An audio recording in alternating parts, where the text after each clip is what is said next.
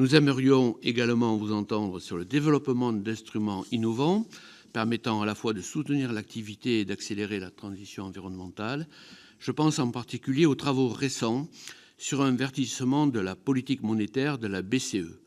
Ce verdissement pourrait prendre la forme d'un taux directeur réduit applicable aux banques atteignant des objectifs environnementaux exigeants et mesurables grâce à la taxonomie européenne.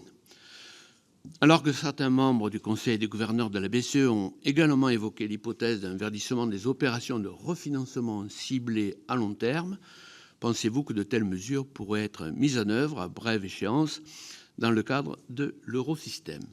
Vous représentez la France au Conseil des gouverneurs de la Banque centrale européenne et nous affirmons tous des ambitions de transition. Et je voulais savoir, en termes de taux d'intérêt vert, qu'est-ce qu'il serait possible de proposer à la Banque centrale européenne pour encourager justement les investissements dans le domaine des technologies vertes. Le rapport Draghi l'évoquait notamment. Il paraît souhaitable de donner un axe fort, c'est-à-dire d'avoir un taux d'intérêt vert peut-être un peu inférieur au taux directeur habituel de la BCE pour stimuler les choses, pour faire en sorte que dans l'Europe, le coût de l'énergie puisse être effectivement un élément de compétitivité accrue. Mais pour cela, il faut qu'il y ait une simulation en ce sens. À la suite de Michel Cannevet, je voudrais évoquer également le taux d'intérêt vert, puisque le think tank bruxellois Sustainable Finance Lab faisait l'état de ce projet de taux qui a été évoqué également par le président de la République en marge du Conseil européen de décembre 23 et qui a été également, qu'on retrouve aussi dans les recommandations du récent rapport Draghi sur la compétitivité européenne. Je voulais savoir, selon vous, quels seraient les effets de la création, à côté des trois traditionnels taux directeurs de la BCE, d'un quatrième taux vert permettant de financer les prêts des banques à destination d'activités vertueuses pour l'environnement, et quelles seraient les chances que celui-ci voit le jour dans un avenir proche? On est bien conscient, bien entendu, de la nécessité d'assainir nos finances publiques. Donc, comment conjuguer transition écologique et assainissement de nos finances publiques? Des collègues ont évoqué un taux vert qui serait inférieur, mais au-delà, comment favoriser la création monétaire et peut-être ne pas prendre en compte la dette écologique, notamment dans les critères européens. C'est vraiment un impératif important. Vous avez, et nombre de parlementaires ont posé après vous la question, le président d'ailleurs l'avait posé en premier, la question de la BCE et de son aide au verdissement de l'économie.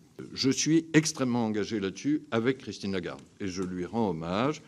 La Banque centrale européenne est la plus active, de loin, pour verdir sa politique monétaire. Nous l'avons fait à travers nos achats d'obligations. Nous sommes en train de le faire par rapport à la question que vous avez posée sur le collatéral.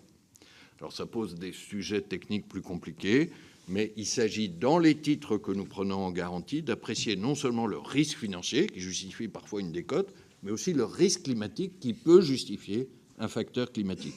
Nous serons la première banque centrale du monde à faire cela, et je crois que c'est un principe directeur extrêmement important pour le marché. Alors reste la question, est-ce qu'il faut un taux d'intérêt vert? Et je sais qu'il y a une discussion là-dessus. Je ne veux pas préjuger de ce que sera la conclusion du Conseil des gouverneurs.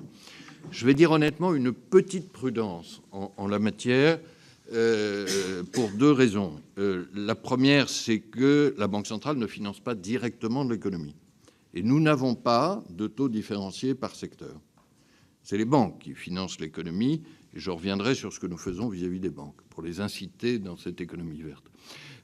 Si nous commençons à avoir des taux différenciés, et ça a existé dans l'économie française ou ailleurs, les banques de développement, les prêts bonifiés, etc., là, il y a une décision politique assez lourde. Je ne sais pas si elle incombe à la Banque centrale. L'autre prudence, c'est qu'évidemment, la création monétaire risque de se traduire par de l'inflation supplémentaire.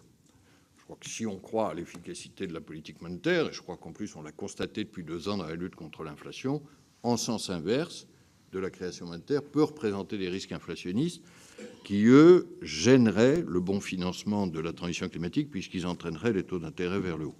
Mais je crois que la contribution essentielle que nous devons avoir, c'est d'inciter les banques à prêter plus sur des investissements verts à travers notre politique générale de financement et notre supervision.